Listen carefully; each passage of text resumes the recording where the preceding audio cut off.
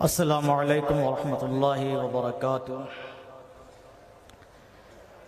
بسم اللہ الرحمن الرحیم، نحمدہ ونصلی علی رسولہ الکریم۔ یہ اتنا بڑا اجتماع لائق صد مبارکباد ہے آپ کی یہ بیداری کہ آپ اپنے قومی مسئلے کو لے کر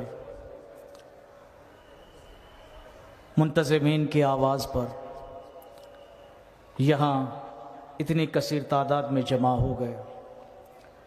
مسائل ہمارے ایک دو نہیں ہیں کہ ان کو ایک آدھ جلسے میں یا تھوڑی دیر میں ڈسکس کر لیا جائے۔ سب علماء اور مقررین یہاں پر تشریف فرما ہیں، تھوڑا تھوڑا سب بیان کریں گے۔ اس وقت جو ہم سب سے بڑے مسئلے سے دوچار ہیں، سرکار کی طرف سے جو اوقاف کے حوالے سے ترمیمی بل ہے اس کے حوالے سے ہیں۔ بہت ساری ترمیم اس کے اندر کی جا رہی ہیں۔ قرآن مجید کے اور احادیث کے علاوہ کوئی قانون ایسا نہیں ہے کہ جو قابل ترمیم نہ ہو سکتا ہے اوقاف کے جو قوانین ہیں یہاں بورڈ کے اندر ان میں کچھ خامیاں ہوں، وہ سب ٹھیک ہے اپنی جگہ پر، لیکن ہمارا کہنا یہ ہے کہ ہم کسی سرکار کو یا کسی حکومت کو ہمارا جو ایک آدھ کوئی قانون ایسا ہے کہ جس کے ذریعے سے بدعنوانی آ سکتی ہے، مثلاً ہمارے متولیان کرام کے حوالے سے اوقاف کے اندر خرد برد کی خبریں آ جاتی ہیں، بدعنوانیوں کی، زمین کے غصب کی، اور جو املاک ہیں اوقاف کی ان کے بیجا استعمال کی اور اپنے لیے خالص استعمالات کی خبریں آتی ہیں کہ سب اس کو ٹھیک کرنا چاہتے ہیں۔ تو ہمارا کہنا یہ ہے کہ یہ آپ انگلی پکڑ کے پھر آپ دامن نہ پکڑیے گا، دامن پکڑ کے پھر آپ سر پہ نہ چڑھیے گا۔ مسئلہ یہ ہے کہ یہ دو چار جو اس طرح کی خامیاں ہیں ان کو بہانہ بنا کر جو اصل وقف کا قانون ہے شریعت کا وہ ہم سے چھینا جانا ان لوگوں کی نیتوں میں ہے، اور یہ جو اوقاف کی اتنی ملکیتیں ہیں اصل میں ان کے اوپر نظر بد لگی ہوئی ہے، وہ ان کی نظروں میں کھٹک رہی ہے۔ اگر ہم آج بیدار نہ ہوئے تو پھر ہمارے ہاتھ سے ہماری یہ املاک چلی جائیں گی۔ یہ کہنا کہ صاحب اس میں غیر مسلم لوگوں کی شمولیت وقف بورڈ کے اندر ہونا چاہیے، اس سے جو ہے پاردرشتا آئے گی، اس سے ٹرانسپیرنسی آئے گی۔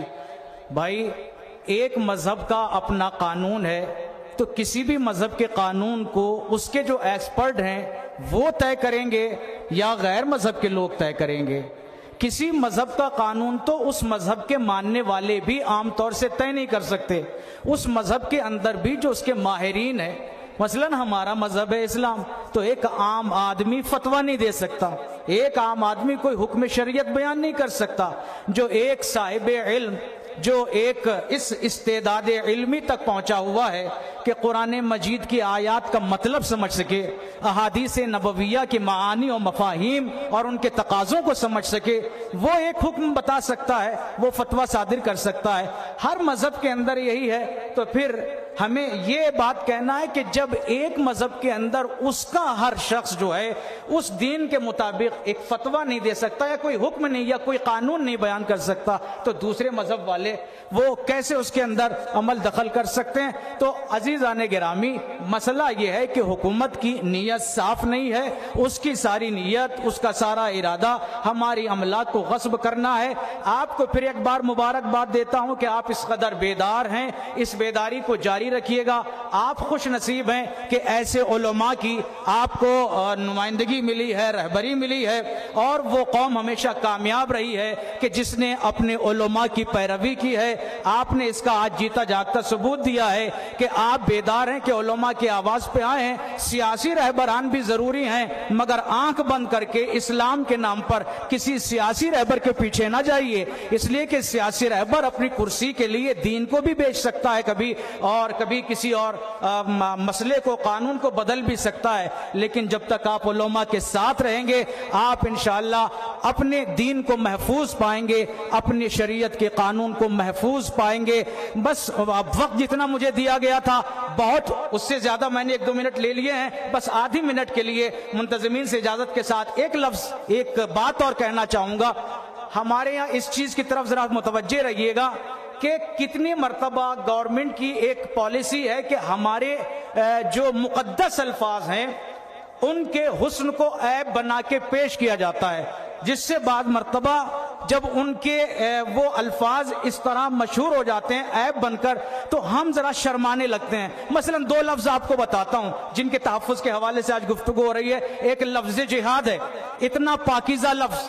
ایک لفظ شریعہ ہے جو ہمارا قانون ہے, کتنا مقدس لفظ ہے, مگر گورنمنٹ نے ایک پالیسی کے تحت اس لفظ جہاد کو بدنام کرنا چاہا, اس کو عیبدار بنانا چاہا. لفظ شریعہ کو جو ہے وہ کنسٹیٹیوشن کے مقابلے میں لا کے اس کی اہمیت کو کم کرنا چاہا.